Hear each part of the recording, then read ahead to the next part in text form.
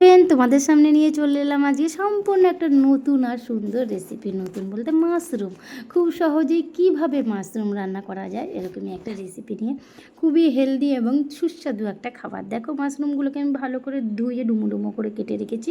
এরপরে আলুগুলোকেও আমি ভালো করে কেটে রেখেছি। তোমরা তোমাদের মতো সাইজ দেবে, যেহেতু এটা আমার চন্দ্রমুখী আলু, তার জন্য একটু সাইজটা বড়। তোমরা একটু ছোটো দিতে পারো, জ্যোতি আলু বা অন্য কিছু আলু।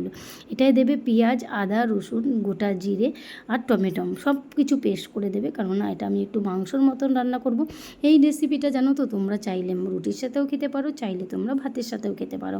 আর যারা যারা পেঁয়াজ, আদা, রসুন খাও না, নিরামিষ খাবে, তারা পেঁয়াজটাকে আর রসুনটাকে না দিলেই হবে। দিয়ে দেবে কড়াইতে একটু তেল, তেলের মধ্যে একটু জিরে, তেজপাতা দিয়ে আলুগুলোকে দিয়ে একটু নুন হলুদ দিয়ে দেবে। দিয়ে আলুগুলো একটু ভাজা হয়ে গেলেই এক এক করে সমস্ত মশলাগুলো কিন্তু দিয়ে দিতে হবে। হ্যাঁ, এই দেখো, এক এক করে সমস্ত মশলাগুলোকে দিয়ে দিতে হবে। মশলাগুলো দিতে দিতে দেখবে কষতে কষতেই না আলুগুলো একদম সিদ্ধ হয়ে যাবে।